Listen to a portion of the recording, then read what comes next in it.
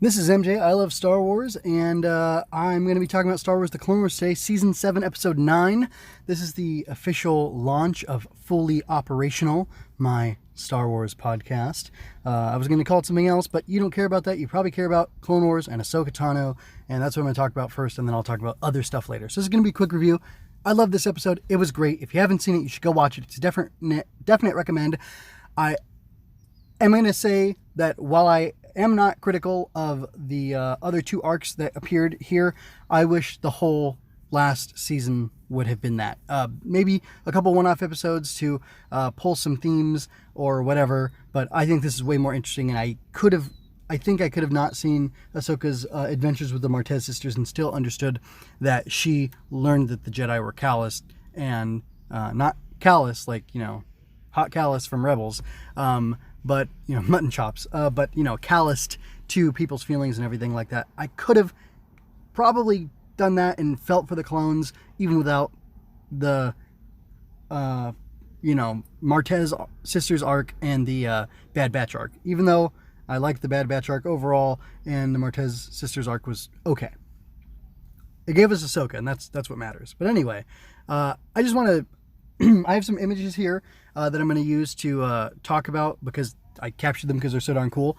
And then I'm going to run through this as quickly as I can, and then I'll wrap up. So we have seen some of these Mandalorians who had aligned themselves with Maul after he became Mandalore in season 4 or 5, after he killed Pre Vizsla. And this is all, spoilers, mega spoilers for Star Wars The Clone Wars. If you haven't watched it up until now and you're just getting on season 7, that's okay, but go back and watch those episodes. Even me telling you what happened is still going to be pretty exciting. And then I realized there was a kind of spoiler in episode that they didn't really discuss or make clear what happened to a certain character, because they didn't call out their name directly, and you could have watched this and been surprised when you went back. You could have seen this first and then gone back and seen those episodes, and then been really surprised how that all worked. And I think that's pretty cool. Anyway, I love that these Mandalorians, I think this is the first time we're seeing that they have these energy shields that are, in shield shape, and they project out of their gauntlets on their arms. I absolutely love that. I think it's so darn cool. And this dude, who I can't remember, he appeared in Rebels, Gar Saxon maybe? Anyway, he's super dope. He's kicking butt. He's got his fellow Mandos, his fellow, are they Death Watch or are they the Syndicate? I don't know what they are anymore, but they're under Maul's control. They accept him as Mandalore or whatever, as their ruler, and they're following him and his ways. And it's pretty dope. Like, there's a lot more going on politically than what I really understand, especially with the talk of, hundreds of years of treaties and whatever that they're going to be breaking if the Republic goes to Mandalore to fight, to free Mandalore. But it doesn't matter. And the episode, the writing in it was clever enough to give us just enough information to add stakes and give us tension, but it wasn't boring at all. I don't think any of the prequel politics was boring, but I know some people think it was, but this wasn't boring. It just wasn't. Anyway, moving on. I mean, just the epic scale of the battle here, the fact that you have 501st, which has been divided now. You've got half of them here with Ahsoka, under Rex, and then Ahsoka's his advisor, which I think is hilarious. I love Anakin bending the rules to make things work, and to do the right thing, honestly. I mean, this is good stuff that's happening here. But anyway, I can get into geopolitical arguing about stuff later, but I'm just going to talk about how cool this is.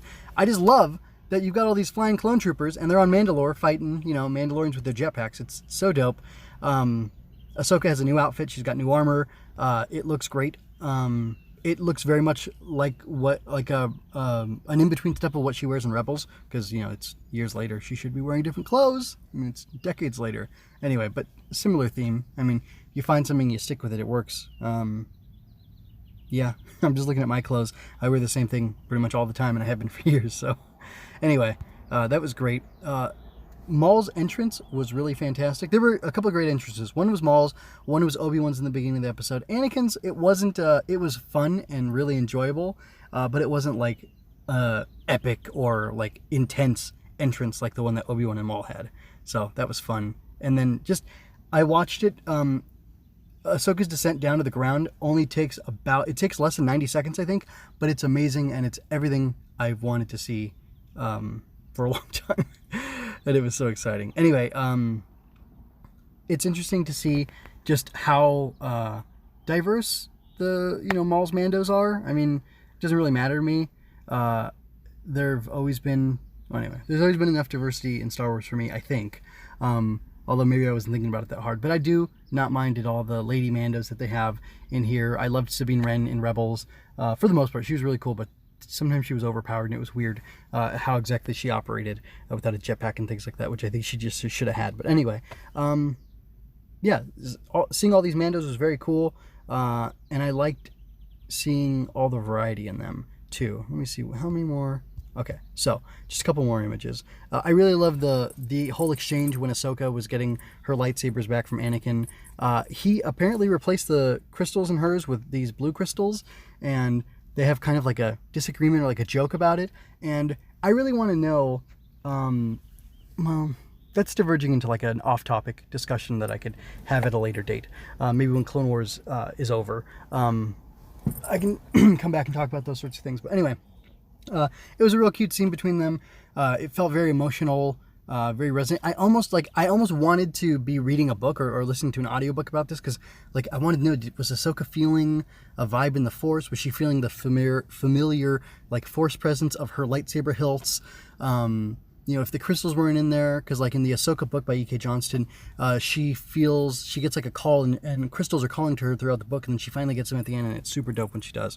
Anyway, but like I wanted to know more of what was going on. I mean, the visuals were great, and the music was really good, and everything that was happening, made it meaningful, and I felt an impact. But like I kind of wanted more from like a book, which is kind of funny.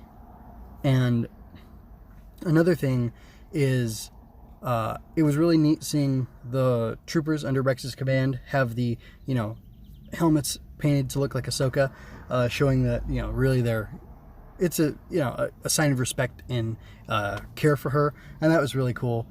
This episode was very action packed, and I liked everything in it. I'm a little bit shocked that the Revenge of the Sith is happening at the same time, so we might get to see Order 66 happen here. I'm pretty sure that's how it goes based on what I know of the timeline and how it appeared in E.K. Johnston's book, the Ahsoka book, and things like that. But the siege of Coruscant is happening right now, and Obi-Wan and Anakin are off to do that while Ahsoka deals with Maul on Mandalore, and it's a very exciting setup. I like how we got the end of one adventure with Obi-Wan and Anakin, and then it transitioned to something else. That was a lot of fun, and Kevin Kiner's music this episode was amazing. There was, I don't know if it was Ahsoka's theme playing while she was having a bunch of her action or what, but because I don't know Ahsoka's theme. Whatever. You can criticize me if you want. I just don't know Ahsoka's theme. But it was great music that played while she was doing all her crazy descent to the planet when she was racing Rex down there. And then in the tunnels, there was very ominous, very tense music, and it felt like a little bit of a section of a horror movie, and I really enjoyed that. And then finally, Maul's entrance had fantastic music behind it too. Very ominous, very creepy. And I thought that was a great job done by all. Of course, Sam Witwer's voice acting was good. He's new to this. I mean, he's not new, but Maul was entering this season finally. I guess I could have mentioned how good it was before, but anyway, I'm not going to do that now. I'm going to go ahead and share my spiel with you, and then I got to get out of here. This show, which is called Fully Operational, will be able to be found on YouTube, iTunes, Google Play, Stitcher, and mjmunoz.com /podcasts or /FO is probably where I will have it in the future, but I need to get all that stuff set up. Hopefully by the time I get this edited and published, I will have set that up, because I'm releasing it late. I don't care about sticking to a podcast schedule anymore, because I have other things in my life that are important to do. But anyway, you can check out mgmoonish.com for more of my work. I have multiple podcasts and original works of fiction there. I'm an aspiring author who will gladly accept your financial support through coffee, or you can buy Star Wars merch and other merch from my Redbubble store. Relevant links are in the show notes. If you had a good time, like and share this. Please subscribe to help me grow, comment to tell me I'm wrong, help me improve, or just talk Star Wars with me, because I've got a lot to say about Star Wars, man. And remember, in balance lies power to hear the dark and walk in light. And so, yeah, I'm starting this podcast series at a funny place. I just made this art and stuff for it because all the while I've had Swinging Through Comics, my comics channel, and I decided when Clone Wars came on to start doing reviews for it, but I didn't want to have to start a whole new podcast. But I decided I've broken down. I'm just going to do it. I'm going to have a Star Wars podcast, and maybe after Clone Wars is over, I'll update stuff once a month or something like that. So it's going to be kind of infrequent. But like I said, I'm an aspiring author, and I have a bunch of things to take care of in my personal life, and then also writing projects that I want to get done. That I want to still enjoy these things, and like basically any Star Wars media I consume, I might want to talk about or discuss in a little podcast format. And they're all going to be short, like 10 to 15 minute type things, maybe longer, maybe edging close to 20 minutes sometimes. But I'd like to keep them tight and just put my little perspective on Star Wars out in the world and have it available for people to check out if they want, because I would hope that people who are interested in the things I'm interested in would be interested in the things that I'm making as well, and maybe you want to check some of that stuff out.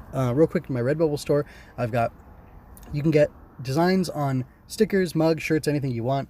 I have this cool Luke Skywalker inspired one. It says the light side is a blade and so am I, and it's a line from a Kylo Ren comic where Luke was kicking the Knights of Ren around, which was pretty dope.